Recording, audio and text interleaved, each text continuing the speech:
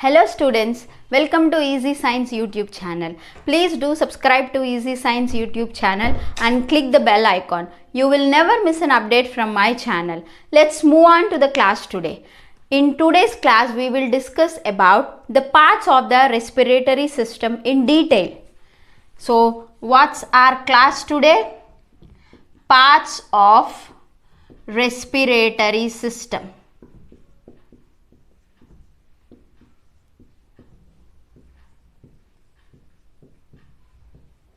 So the first part of the respiratory system is nostrils.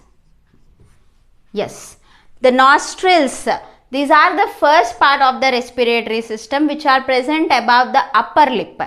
The cavity which is present inside the nostrils is known as nasal cavity or nasal chamber.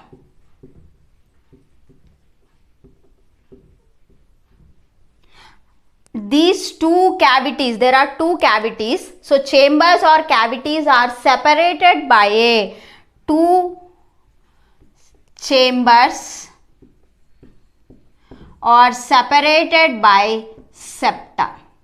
So the nasal chamber is divided into three parts. For our convenience, it was divided into three parts. One is the vestibular part. Nasal chamber is divided into three parts. One is the vestibular part. Second one is respiratory part.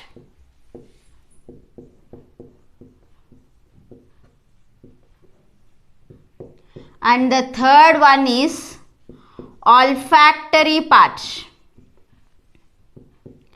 So the vestibular part, first we will discuss about the vestibular part. The vestibular part contains hair and sebaceous glands are present. Hair and sebaceous glands are present inside the vestibular part. So what is the function? Sebaceous glands means the oil producing glands. So they secrete oil, and the hair which is present inside the nasal chamber will trap the dust particles that enter through the air. So this is the function of the vestibular part. And the respiratory part, the next one is respiratory part. So it helps in moistening of the air that enters into the respiratory system. Moistening of air that enters into the nasal chamber, because air was entering into our respiratory system from outside environment, right? So the temperature of outside environment is different and our body temperature is different. So moistening of air can be done by the respiratory part, so that the temperature of air will become or bring close to the temperature of our body. So this was done in the respiratory part. And one more important thing that is present in the respiratory part is it is supported by three thin bony plates. This respiratory part is supported by three thin bony plates known as turbinals.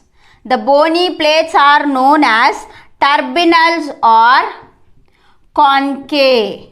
So the respiratory part. And the next part of the nasal chamber is olfactory part. The olfactory part comprises of olfactory epithelium. It's olfactory epithelium. So it helps in the sense of the smell, helps in identifying the smell. Olfactory is related to sense of the smell. So we can identify the smell of the different food materials or anything which happens around us because of this olfactory part only. So this happens inside the nasal chamber. Now the next part of the respiratory system is larynx.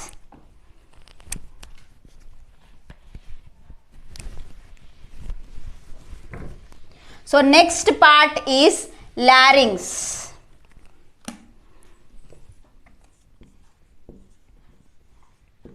So larynx is a cartilaginous structure. It's a cartilaginous structure which helps in the production of the sound. The main function of the larynx is the production of sound. That's why larynx is also known as voice box. Larynx is also known as voice box, and larynx was supported by 9 cartilages. How many cartilages are present? Again, this is important point, children. The number of cartilages present inside the larynx are 9 cartilages. 9 cartilages are present. Out of the 9 cartilages, thyroid, cricoid and epiglottis. The thyroid, cricoid and epiglottis are unpaired cartilages which are present inside the larynx. And the next other cartilages are, they were corniculate, arytenoids and the last one is cuneiform. So these 3 cartilages, corniculate, arytenoids and cuneiform cartilages are paired cartilages. These cartilages are known as paired and these are single cartilages. So 3 2s are 6 and plus 3. So total how many cartilages are present inside the larynx? 9 cartilages are present. And we know that epiglottis is a muscular flap like structure which prevents the entry of the food into the windpipe. The main function is. Now some yellow elastic fibers. Yes, here I am rubbing. Yes, the yellow elastic fibers which are connected, which connect the thyroid and arytenoids, which connects thyroid and arytenoids are known as vocal cords. The vocal cords vibrate and produce sound. Whenever air enters into the larynx, if the air reaches the vocal cord and they vibrate and produce the sound. Right. Next, the opening of this vocal cords into the arytenoids. The opening of vocal cords into the arytenoids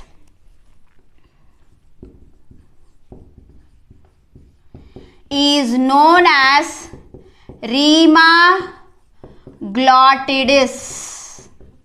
So this is present inside the larynx, and the thyroid cartilage.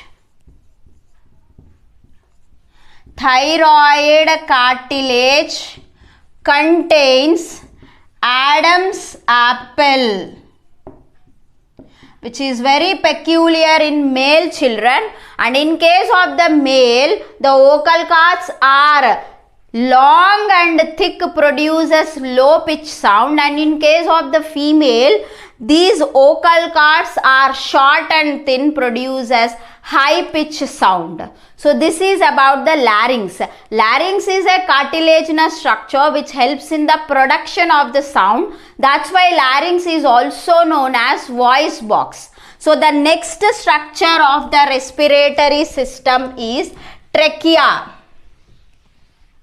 Yes, the next part of the respiratory system is trachea. So trachea was supported, it's a C-shaped cartilaginous rings. Trachea or C-shaped cartilaginous rings. So what cartilage they were made up of? Trachea is made up of hyaline cartilage. It was made up of hyaline cartilage. Trachea is made up of hyaline cartilage. So C-shaped rings are present. So they were not closed, they are opened partially. That's why always the trachea is opened. The inner surface of the trachea is lined by, this is important children, the inner surface of trachea is lined by pseudo-stratified ciliated epithelium, is lined by pseudo-stratified ciliated epithelium. Yes.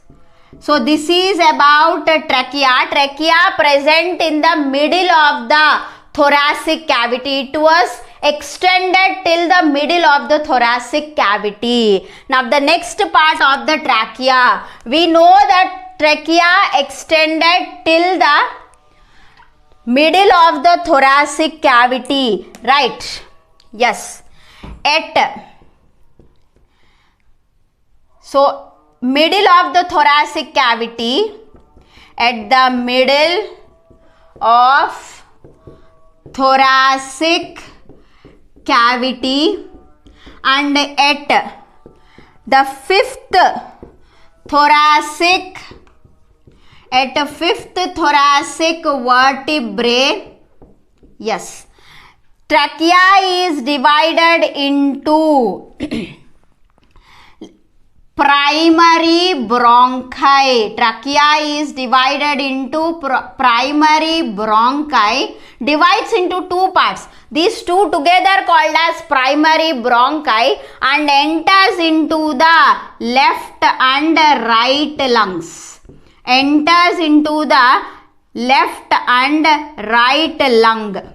After entering into the lung, primary bronchi was divided into secondary. Secondary was divided into tertiary. Now, the tertiary part will divide into again primary, secondary, tertiary, terminal and respiratory bronchioles. Primary was divided into secondary. Secondary was divided into tertiary. Now this tertiary bronchi is again divided into primary, secondary, tertiary, terminal and finally respiratory. The last one is respiratory bronchioles. So this network of tubes from trachea to respiratory bronchioles, we call it as, so here I am writing, this is again an important objective. So that network from trachea to respiratory bronchi is known as respiratory bronchi, is known as respiratory tree. It is known as respiratory tree. It looks like an inverted tree, children. So the next part after bronchioles, the next part we are discussing is the lungs. Lungs are present in the thoracic cavity. Lungs are present in the thoracic cavity. Thoracic cavity, and it was a membranous structure. The membranes which surround the lungs is known as pleura, and the space between the membranes is filled by a fluid known as pleural fluid, and which helps in decreasing the friction between the surfaces of the lungs. And we have discussed about the parts of the respiratory system, which starts with the nostrils, right? So nostrils to terminal bronchioles. Terminal bronchioles is known as, the parts from nostrils to terminal is known as conducting part. And from respiratory bronchioles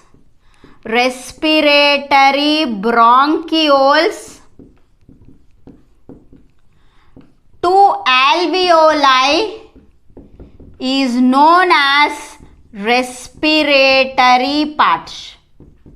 It is known as respiratory part. So conducting part, what are the functions that takes place inside the conducting part?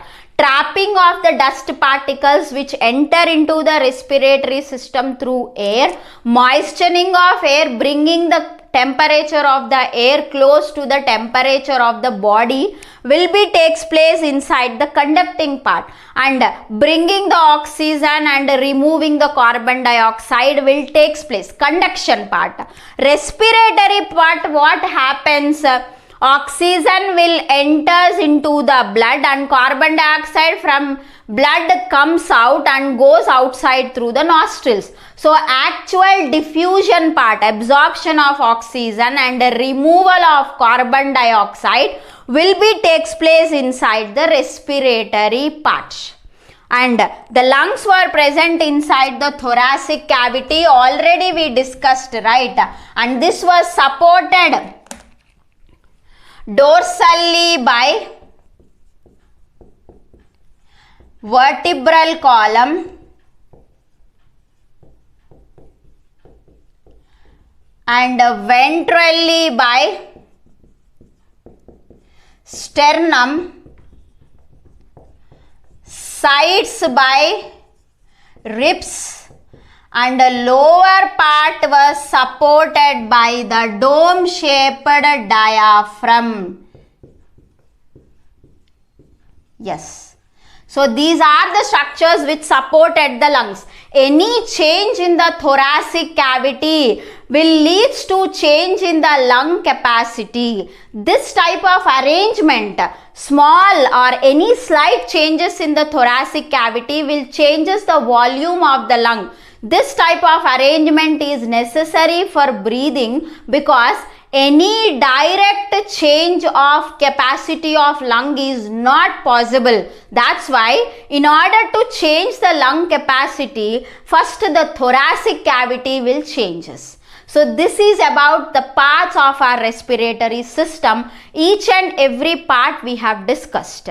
I hope you all like the video. Please do like, share and subscribe to Easy Science YouTube channel and click the bell icon. You will never miss an update from my channel. Thank you.